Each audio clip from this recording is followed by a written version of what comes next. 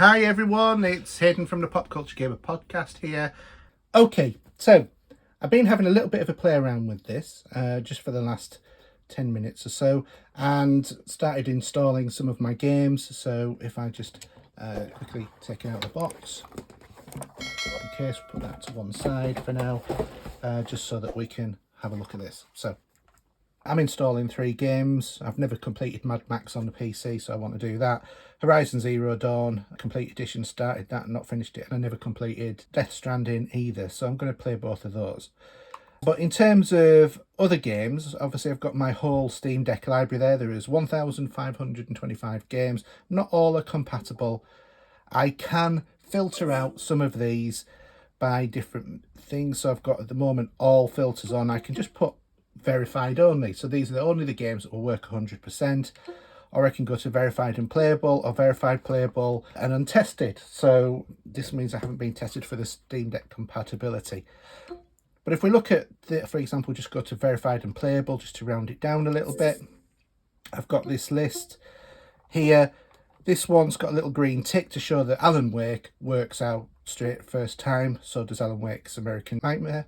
Alien Isolation, but Alien Colonial Marines doesn't. Well, not really that bothered about that one. It wasn't a very good game. Things like Anno 2070 don't. Armour, they don't. The Assassin's Creed games don't. Lots of games have these question marks on them about whether or not they will work or not. So like Battlestar Galactica Deadlock. The BioShock games, the remastered version, has a warning. So let's have a look and see what that says.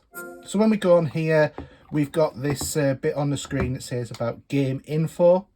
We can look on game info and we can see it's got all the details. So obviously the specs of the game meet the requirements. If we click on details, it says that the games display compatibility warnings when running Steam Deck, but runs fine. So that's one version of a problem you might have. Everything else is fine. So the game shows Steam Deck controller icons, in-game text is legible. The game's default graphics configuration performs well. All functionality is accessible. Yeah, no problem. So that one is a potential one to play. This version, the game sometimes shows mouse and keyboard or non-Steam Deck controller icons. Okay, some in-game text is small and may be difficult to read. So slightly different issues with that game.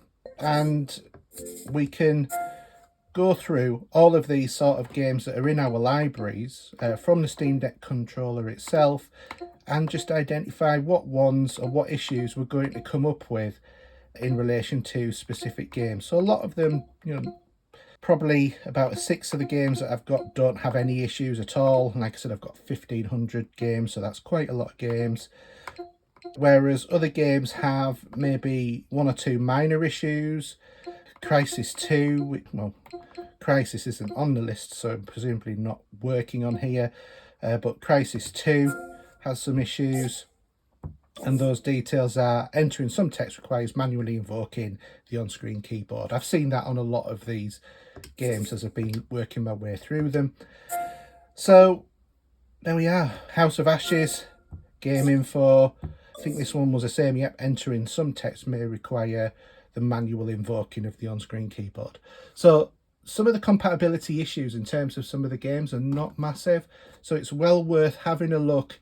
Even if when you get your Steam library and you've maybe got some games in there, if you've got games previously, have a look and see what is the compatibility issue, because it might be just something really minor, like you've got to manually launch the keyboard, which, let's face it, it's not great shakes, is it? Okay, that's it for now. Hope you've really enjoyed this video. It's been a blast absolutely doing this. Can't wait to get into this. I'll give it a good review in a couple of weeks after I've had a really good testing of it. That will be on the normal show when Steve's back from his holidays as well. So hope you've enjoyed it. See you next time. Bye now.